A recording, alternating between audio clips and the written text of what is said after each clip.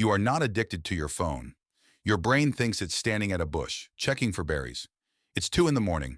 Your thumb flicks the same screen over and over, like it's pulling back a branch. Here's the part nobody tells you.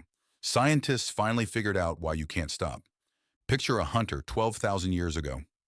She walks along a ridge at dawn, a woven basket on her hip. A bush sits ahead, heavy with green leaves. She reaches out and pulls a branch aside. Nothing. She lets it snap back. She takes 3 steps and pulls the next branch. Empty again, 20 bushes, 30. Her feet are tired and dusty. The sun is climbing higher now. Then on the 31st branch, a cluster of dark red berries. Her hand closes around them. Her brain floods with a chemical signal that says, remember this exact spot. Do it again. She won't remember the 30 empty branches by name. She won't need to.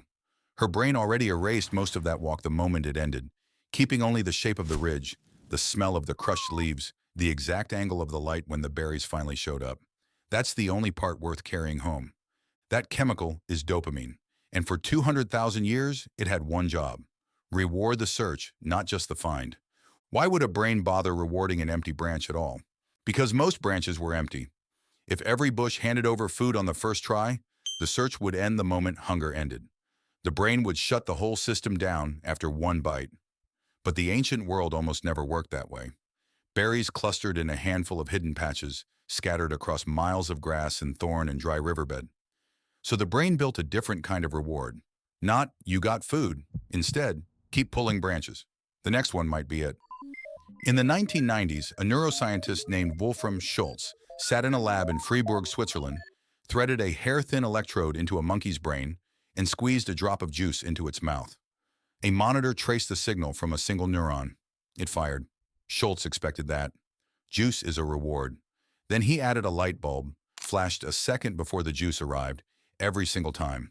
The monkey learned the pattern, and the neuron's behavior flipped. It stopped firing for the juice. It started firing for the light instead, the moment of not yet knowing. Then Schultz played a trick. He flashed the light. He withheld the juice. The neuron didn't just go quiet. It dropped below its baseline, like a held breath with no release. Schultz had found something the textbooks didn't predict. The neuron wasn't tracking pleasure. It was tracking surprise. The bigger the gap between what the brain expected and what it actually got, the bigger the signal. A guaranteed reward barely registered at all. Take away the guarantee, and the same neuron lit up like a struck match. Decades earlier, at Harvard, a psychologist named B.F. Skinner ran a different experiment on a different animal. Pigeons, a small wooden box, a disc on one wall. Peck the disc, a food pellet drops into a metal tray. Skinner lined up several boxes side by side.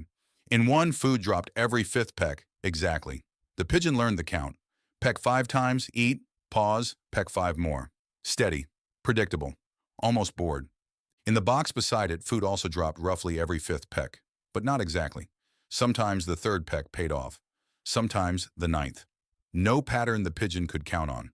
Which pigeon do you think pecked harder? That second pigeon never paused. It never got bored. It hammered the disc without stopping, 12,000 times an hour, wings twitching, head jerking down to the tray after every single strike. When Skinner cut the food off completely in both boxes, the steady pigeon quit almost immediately. The unpredictable one kept pecking 4 times longer, hammering a disc that gave it nothing at all. The uncertainty itself had become the reward. That's the piece hiding under every bush your ancestors ever searched. And it's the same piece sitting inside a small glass rectangle in your pocket right now. Every swipe on a For You page is a branch. Sometimes it's empty, a clip you don't care about, gone in half a second, thumb already moving to the next one. Sometimes it's a berry, a video so funny or shocking, your whole body reacts. A laugh, a gasp, a sudden stillness. You can't predict which one is coming. Neither could the pigeon, neither could the hunter on the ridge. That's not a flaw in the app. It's the entire design. But here's the one thing no bush in the wild ever managed to do. The hunter's bushes didn't know her. They didn't learn which berries she liked best and grow more of exactly those overnight. Your feed does. Every second you linger on a clip, every rewatch, every thumb that pauses mid-scroll gets logged and fed back into the bush itself. The app doesn't just wait for you to find a good berry. It studies your face, learns your specific hunger, and starts growing that exact fruit on every branch it can. The ridge doesn't just have bushes anymore. It has a bush that rebuilds itself around you in real time, one swipe behind your thumb. Nature never got that good at trapping you. Something else just did. A slot machine didn't invent this trick. A bush did, 200,000 years before the first casino ever opened its doors. The slot machine just borrowed the oldest reward system on the planet and bolted it to a lever. Your phone doesn't even need a lever. It just needs your thumb, a screen that never runs out of branches, and a few billion data points quietly deciding which branch to show you next. No hunter in history ever had a ridge that rearranged its own bushes overnight to match her exact taste in berries. Yours does that before you've even finished your coffee. Think about what that means for the person holding it at 2 in the morning. Blanket pulled up, room dark except for one bright rectangle. That person doesn't have a willpower problem.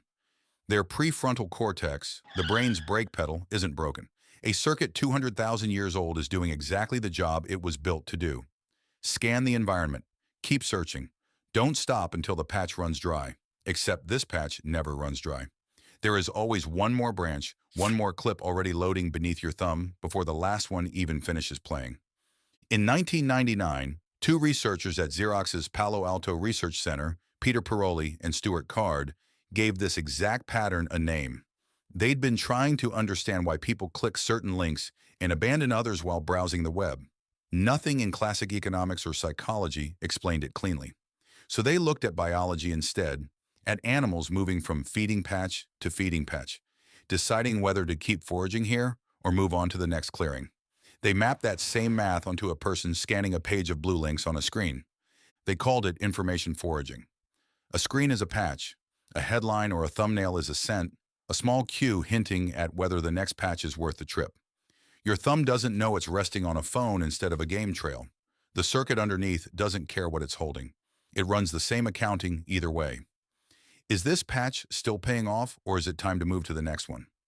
Picture the same forager but standing in line at a checkout counter instead of a ridge at dawn. Same thumb, same flick, same silent question running underneath. Is there something better one patch over? Every scroll on that feed is your brain running that exact calculation, thousands of times a night, on a landscape built to make every single patch feel worth one more check. A teenager sits at a dinner table, plate untouched, phone flat against her knee under the tablecloth. Her family is talking about something else entirely. Her thumb is still moving, one branch at a time, out of sight. Nobody at that table taught her to do this. Nobody had to. The circuit was already installed before she was born, waiting for a ridge to search. It just never expected the ridge to fit inside a pocket. Is she weak for that? Is she careless, or lazy, or somehow worse at focusing than kids a generation ago? None of that. Her hardware is doing exactly what hardware built for a savanna is supposed to do on a savanna with no edges. That's the trap hiding inside the design. A real bush eventually runs empty. A real ridge only holds so many branches before a hunter has to walk home and rest. But a feed doesn't have an end. Somebody built it that way on purpose, and it works precisely because it's aimed at circuitry that has never once been updated for a world with no bottom of the page. So the next time you catch your thumb moving on its own at 2 in the morning, blanket up, room dark, plate cold on the table 3 hours ago, you're not weak. You're not broken. You're not failing at some modern skill called discipline. You're a forager, standing in front of the oldest bush in the world, one that was built yesterday, coded to know exactly which berries you want and to never ever run out of them.